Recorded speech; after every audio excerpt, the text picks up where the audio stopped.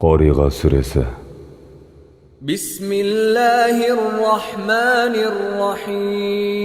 Бисмиллахир-рахманир-рахим. Аса қамқор, ерекше мейірімді Алланың атымен бастаймын.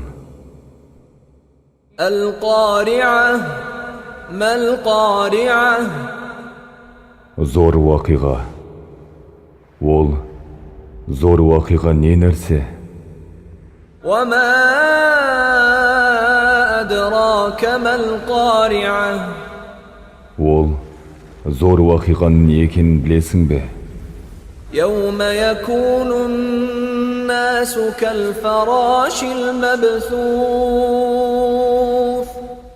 Ол күн адам баласы таралған паруанадай болады.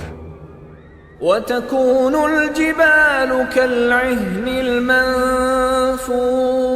المنفوش.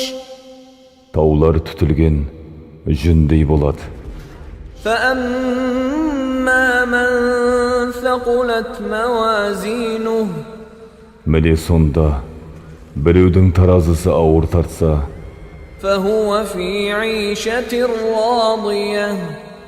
онда ол разы болатын бір тіршілікте болады. وأما من خفت موازينه.